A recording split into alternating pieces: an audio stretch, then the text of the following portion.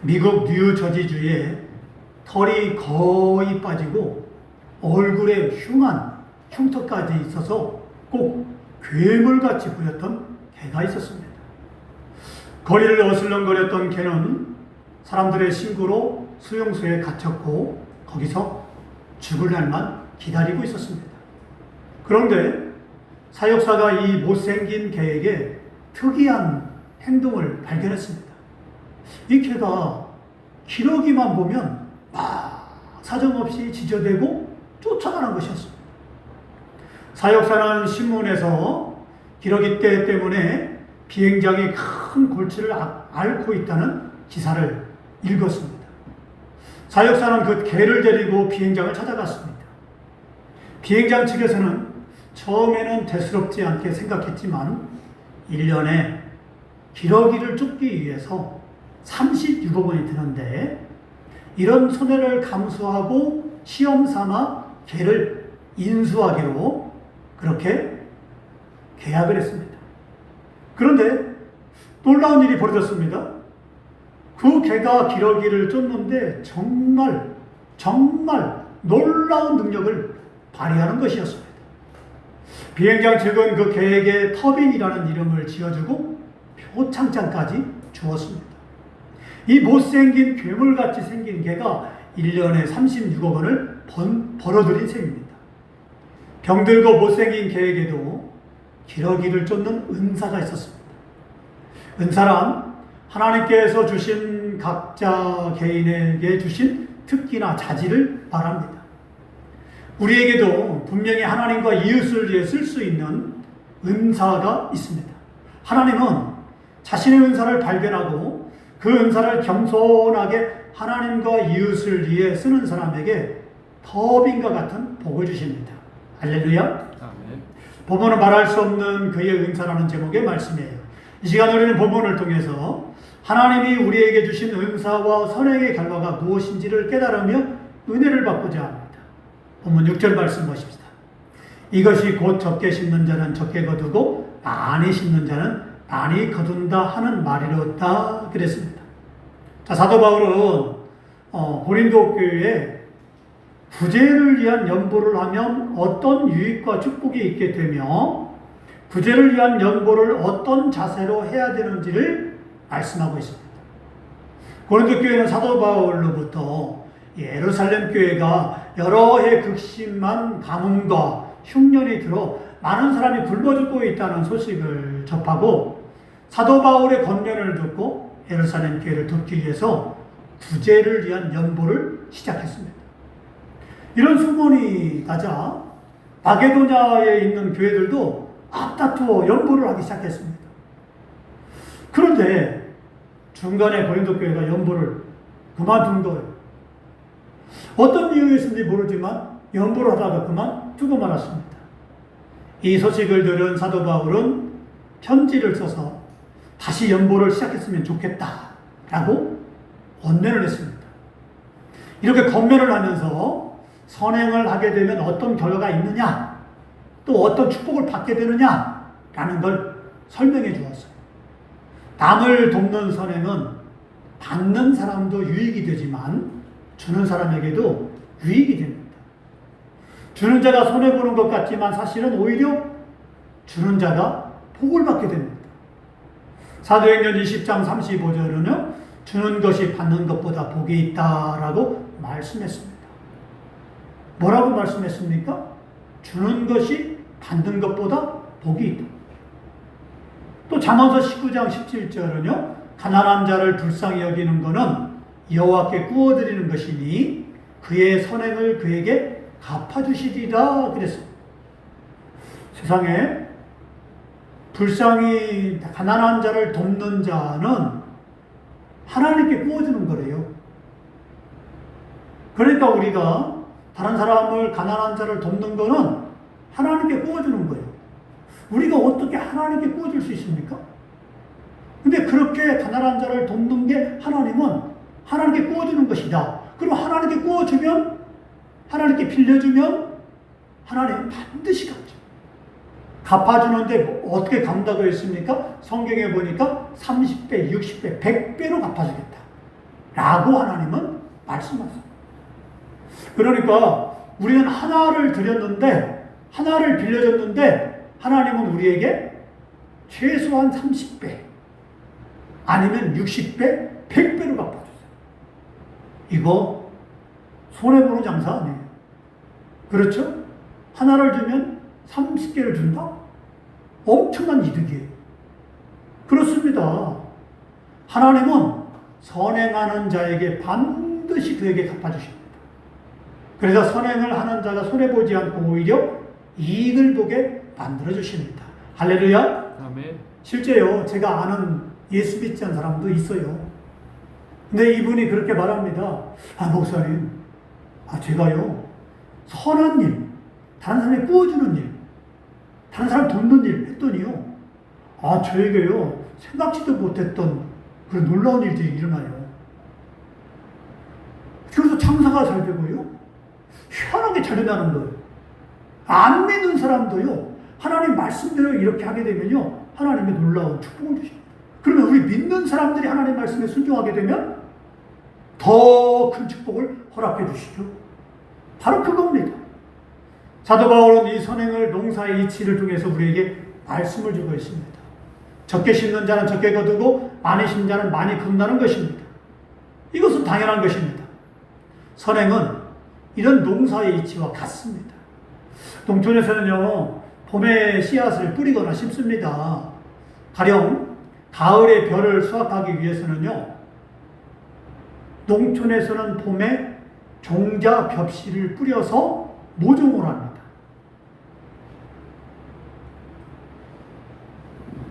우리는 잘 모르지만 저는 어렸을 때 농사를 짓기 때문에요, 잘 알아요. 그래서 이 종자 벽씨, 특별히 겨울철에 종자를 쓰려고 벽씨를 이렇게 모아놔요. 예?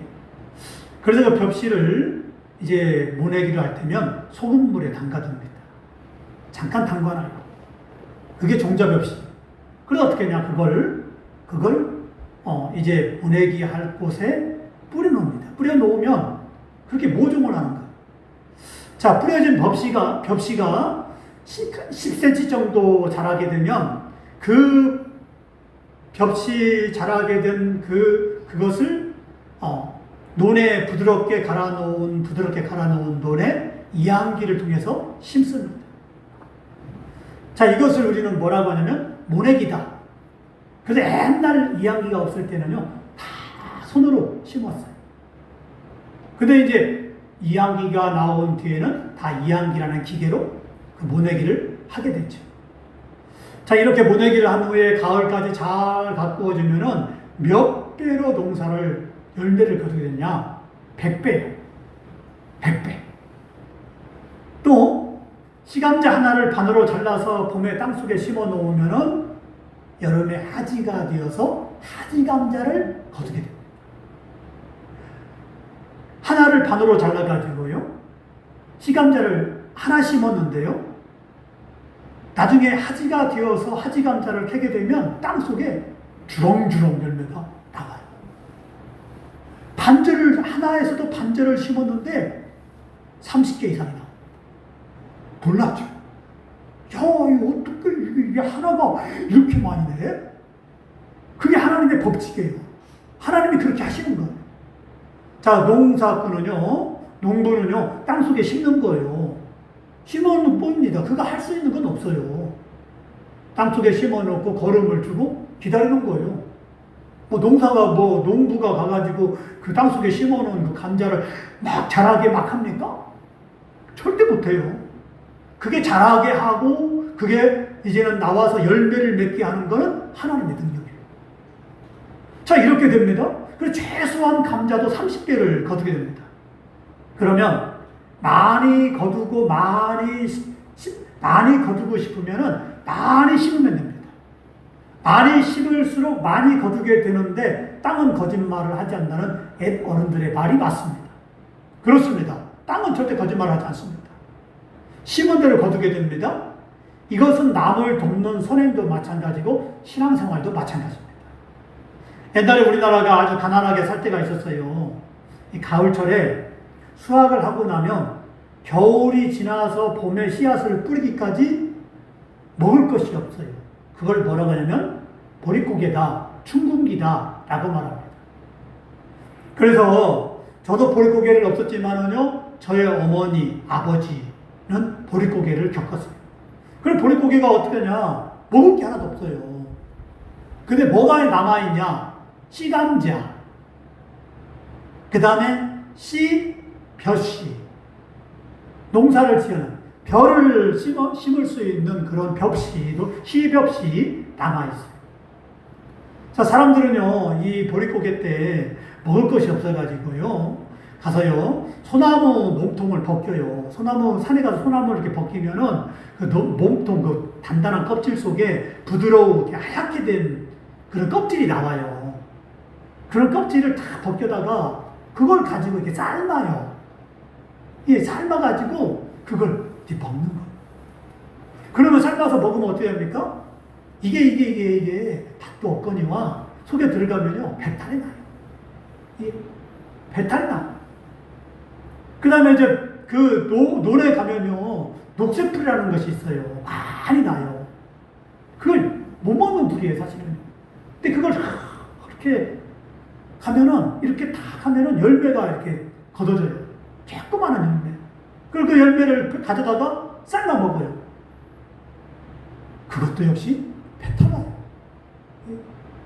그 다음에 또 쑥을 캐서 그걸 삶아 먹기도 하고요. 아니면 그 풀뿌리 있잖아요. 밭에 있거나 아니면 풀뿌리 갖다가 또 삶아 먹기도 하고요. 우리 할아버지 할머니들은 그렇게 살았어요. 그래서 늘 배탈 나고 배 아프고 어린아이들이 힘들고 그래서 키가 안 자라요. 키가 다 작습니다. 자, 그렇죠. 왜? 못 먹으니까. 우리가 지금은 마트에 가면 먹을 게 얼마나 많습니까? 그러니까 어떤 어린아이가 그랬다고 하잖아요. 할머니, 먹을 게 없으면 라면을 끓여 먹지 그랬어요. 라면이 어디 있습니까? 먹을 게 없는데, 먹을 게 자체가 없어요. 자, 이렇게 이제는 보릿고개를 어렵게 살았죠. 자, 이렇게 보릿고개를 먹을 것이 없어서 고생을 해도 봄에 씨를 뿌려서 농사를 지을 수 있는 종자 벽씨는 절대 먹지 않았어요. 왜냐? 이 종자 벽씨를 먹어버리게 되면 그때는 배불러요. 그때는 맛있어요. 하지만 농사를 못 지어요. 농사를 못 지면요, 어떻게 합니까? 가족들 다 굶어 죽어요. 그렇기 때문에 아무리 배고파도 소나무 껍질을 먹고 배탈이 나도 먹을 게 없어도 절대 농사를 짓는 그 종자 벽씨는, 씨감자는 절대 먹지 않아요. 절대. 그래서 어떤 일이 있어도 아무리 배고파도 먹지 않다. 선행은 마치 이와 같은 거예요. 우리가 하나님께 드리는 11조 헌금도 이와 마찬가지입니다. 하나님께 드리는 11조 헌금은 그 옛날 농사를 지을 때도 때로 말하자면 종자씨와 같은 거예요. 그렇게 지금 형편이 힘들고 어렵다고 종자씨와 같은 11조 헌금을 하나님께 드리지 않으면 마치 종자씨를 먹어버리는 것과 같은 거예요. 그러면 어떻게 되겠습니까? 종자씨를 먹을 당시에는 배불러서 좋고 맛있어서 좋은 것 같지만 내게 유익이 되는 것처럼 보이지만 나중에는 열매를 거둘 수 없어요. 그러면 어떻게 되겠습니까? 더 어렵게 됩니다. 풍족할 것 같지만 오히려 반대로 더 궁핍하게 됩니다. 헌금이라는 것은 모든 물질적 욕심으로부터 자유로워야 됩니다. 인색함으로부터 자유, 억지로부터 자유함이 있어야 됩니다. 얽매여서 억지로 인색함으로 헌금을 드려서는 안 됩니다. 헌금은 감사하는 마음이 없이 드릴 수 없습니다. 하나님께 감사하는 마음이 없으면 그냥 당연하게 됩니다. 여기서 우리는 잘 깨달아야 됩니다. 열심히 일하고 노력하기 전에 건강이 먼저입니다. 이 건강을 누가 주시느냐? 바로 하나님이에요. 하나님이 건강 주지 않으면 모든 것이 멈춰버리고 맙니다. 건강 하나만 하나님이 지켜주지 않아도 우리 삶은 모두 올수덕되고 맙니다. 그러므로 건강 주신 하나님께 먼저 감사하는 마음으로 11조와 헌금을 드려야 됩니다. 본문 7절은 이렇게 말씀합니다. 각각 그 마음에 정한 대로 할 것이요 인색함으로나 억지로 하지 말지니 하나님은 즐겨내는 자를 사랑하시느니라 그랬습니다. 하나님은 즐겨내는 자를 사랑한다고 했습니다. 여기서 즐겨낸다라는 말은 감사하는 마음으로 하나님께 드린다라는 말입니다. 물론 사도 바울은 고린도 교회 연보에 대해서 말씀하고 있지만 오늘 우리에게는 헌금이 이에 해당됩니다. 그러므로 우리는 남을 돕는 선행이든 하나님께 드리는 헌금이든 감사하는 마음으로 드려야 됩니다. 그러면 하나님은 그런 사람을 사랑하십니다. 할렐루야. 그 다음 하나님은 왜 우리가 선행이든 구제든 헌금이든 억지로 인색함으로 하지 말고 즐겨내야 되는지를 이렇게 말씀하고 있습니다. 보면 8절 말씀 보십시다. 하나님이 능히 모든 은혜를 너희에게 넘치게 하시나니 이는 너희로 모든 일에 항상 모든 것이 넉넉하게 하여 모든 착한 일을 넘치게 하려 하심이라 그랬습니다.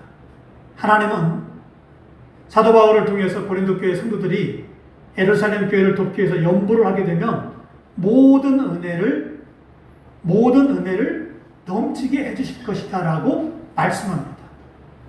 바로 이것이 선행과 구제와 헌금에 대한 보상입니다. 선행에 대한 보상은 또다시 선행을 할 수 있는 기회를 주는 것입니다. 줄 마음이 없으면 줄 기회도 없습니다. 바로 이것이 불행입니다.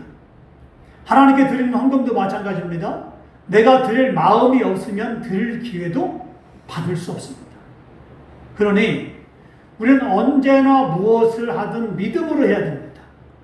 그러면 하나님은 반드시 보상을 주십니다. 잠언서 22장 4절은 이렇게 말씀합니다.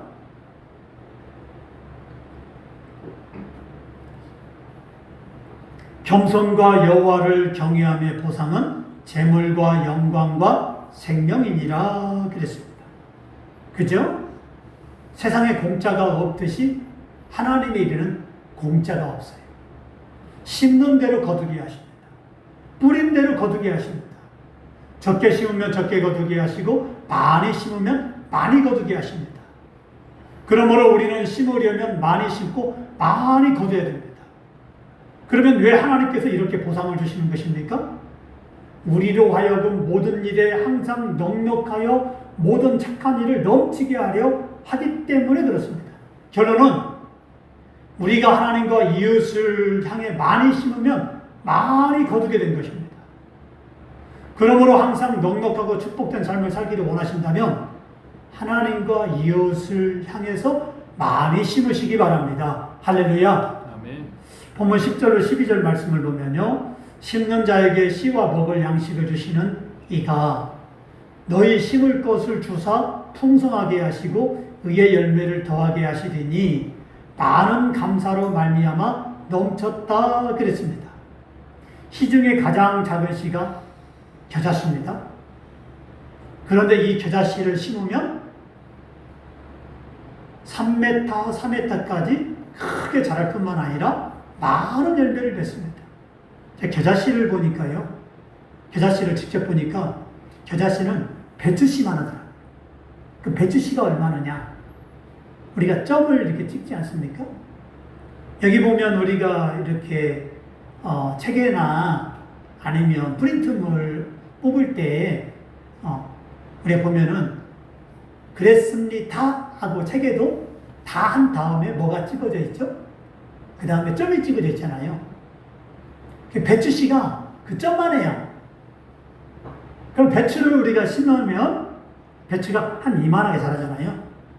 그죠? 한 50cm 자랍니다. 커야 50cm 이겁니다. 근데 겨자씨는요, 배추씨만 해요. 근데 배추씨만 한데 심으면 이게 50cm밖에 자란 게 아니라 3m, 4m 크게 자라요. 그래가지고 이게 나무처럼 이렇게 크게 자라는데 이렇게 나무처럼 자라요. 근데 거기에 크게 4m까지 자랄 뿐만 아니라 열매도 많이 내요. 어떻습니까? 똑같은 점만한 씨인데도 어떤 건 아무리 자라야 50cm밖에 안 되지만 겨자씨는 많이 3m까지 크게 자랍니다. 자, 그렇습니다. 자, 하나님은 우리가 이웃을 돕고 하나님을 향해 심으면 제자씨만큼 풍성하게 열매를 맺게. 문제는 우리가 이 모든 것을 믿음으로 해야 된다는 거예요. 사도 바울은 오늘 말씀의 결론을 이렇게 맺습니다. 15절 말씀을 같이 읽겠습니다. 시작. 말할 수 없는 그의 은사로 말미암아 하나님께 감사하노라. 아멘. 교회를 아름답게 만들고 가정을 아름답게 만들고 세상을 아름답게 만들 수 있는 비결이 뭘까요? 그것은 하나님을 사랑하고 이웃을 사랑하는 거예요. 구제를 하는 것도 은사고 구제를 받는 것도 은사입니다. 그죠? 이 둘의 은사가 합력할 때 세상은 아름답게 변하게 됩니다.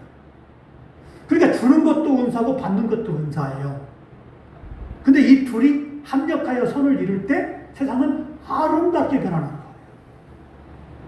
중요한 건 우리가 받는 것보다 주는 자가 되어야 돼요. 하나님의 축복을 많이 받는 것 중요합니다.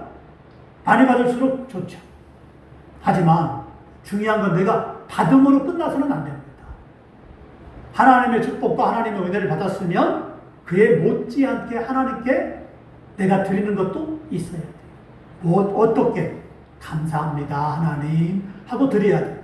내게 이만큼 주셔서 너무나 감사해요 라고 감사를 표현해서 드려야 될 줄 알아야 됩니다. 그러면 하나님이 그것을 받으시고 네가 드렸냐? 알았다. 내가 너에게 최하 30배를 주마. 어떠면 100배로 주십니다. 이게 하나님의 약속이에요. 그러니까 하나님은 받고 끝나는 게 아니에요. 그래서 이렇게 우리가 하나님께 드리는 것도 중요하고 받는 것도 중요합니다. 받을 때는 감사하고 들 때도 감사하고 하나님 주셔서 감사합니다. 들 때도 감사합니다. 이렇게 하나님께 드리게 되면 하나님은 그 감사의 열매를 풍성하게 맺게 하시고 많이 거두게 하십니다. 할렐루야. 그래서 우리가 감사를 많이 해야 돼요. 많이 감사하게 되면 많은 감사의 열매를 거두게 됩니다. 그래서 우리가 감사의 욕심을 내야 돼. 내가 하나님의 축복을 받아서 내가 가지는 것만 욕심을 내서는 안 됩니다. 하나님의 축복을 주시니까 나만 가지고 있어요. 이웃에게 베풀 줄도 모르고 하나님께 드릴 줄도 모르고 나만 가지고 있다면 어떻게 되겠습니까? 그건 마치 만나와 같아서 썩어버리고 맙니다. 하지만 하나님께 자꾸 드리게 되면 이웃에게 자꾸 선행을 베풀게 되면 하나님은 30배, 60배, 100배로 복을 주십니다. 빌 게이츠처럼 돈을 많이 버는 것보다 많은 돈을 남을 돕는 데 쓰는 것이 중요합니다. 바로 이것이 말할 수 없는 은사인데 사도 바울은 이를 말할 수 없는 은사로 말미암아 하나님께 감사했습니다. 교회에서나 가정에서나 세상에서 다른 사람을 돕는 사람, 다른 사람을 섬기는 사람이 되시기를 바랍니다. 그러므로 사도 바울처럼 말할 수 없는 은사로 말미암아 하나님께 감사하고 축복의 열매를 많이 맺는 저와 여러분 되기를 주의 이름으로 축원합니다.